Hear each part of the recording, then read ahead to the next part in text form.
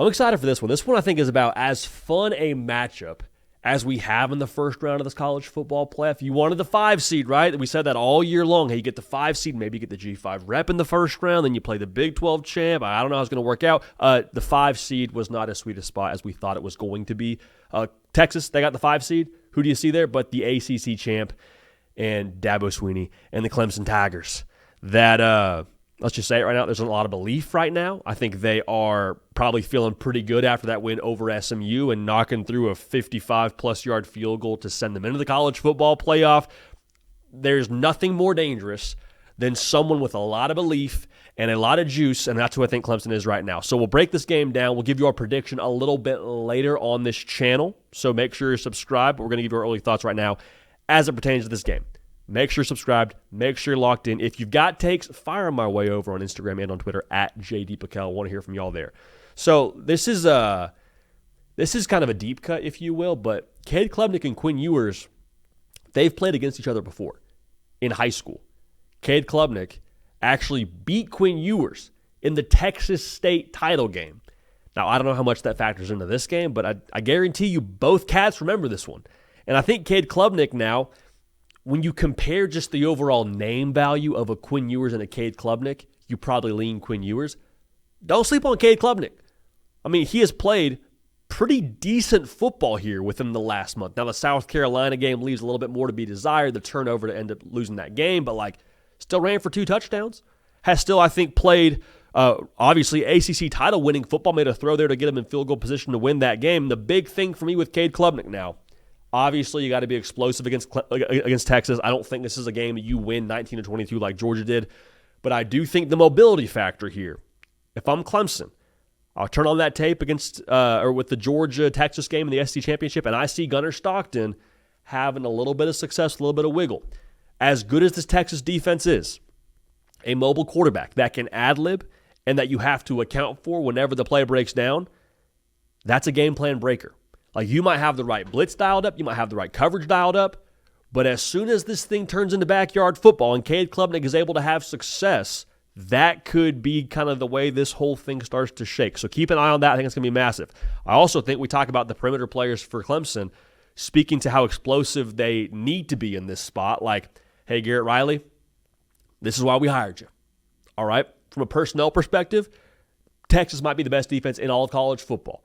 When Garrett Riley got the job, one thing we talked about a lot with him as the OC at Clemson, manufacturing explosives. Not in the sense that, hey, we got a guy that runs a 4.2 40, we just dial up a fade route and he's going to go win. No.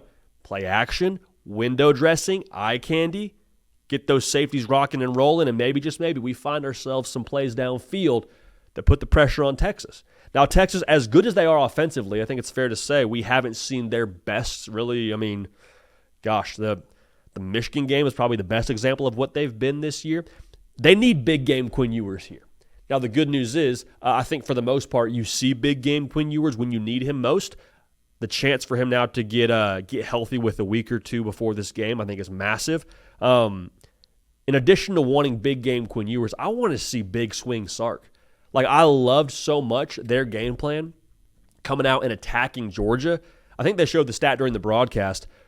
Over the course of this season, Texas has been very much so a pick their spots kind of offense in the pass game. During the first half of that game against Georgia, they were something like 14 yards a pass. They were swinging for the fence. And that's the way you break this game wide open, I think, if you're Texas. The front of Clemson, I think, is actually pretty solid. I mean, Lenore Sellers, obviously his stats, what they did against South Carolina, or what he did as the quarterback of South Carolina kind of skewed the picture a little bit. But Clemson's applying pressure now. They're getting back there. And Quinn Ewers isn't Lenore Sellers. So I think, speaking of the big shots that you want to take here, if you're able to get up 10, get up 14, put the pressure on Clemson to match you with points, that's a game that I think Texas could potentially run away with. That is, I think, the path where you cover this 11.5-point spread as we sit here on Sunday morning. Now, the head coach angle here is fascinating. Because Steve Sarkisian, I think most people would agree, him and Dan Lanning are probably the next generation of it coaches in the sport. Kirby Smart's Kirby Smart, but those are the two guys going forward. If you're Steve Sarkisian, if you can beat a coach in Dabo Swinney the first round of the college football playoff, I don't care what they're seeded. Dabo Swinney, the only coach not named Kirby Smart in this bracket with national titles to his name. And I think there's still some some vote of hesitation around what Texas is now going forward because they haven't gotten over the Georgia hump.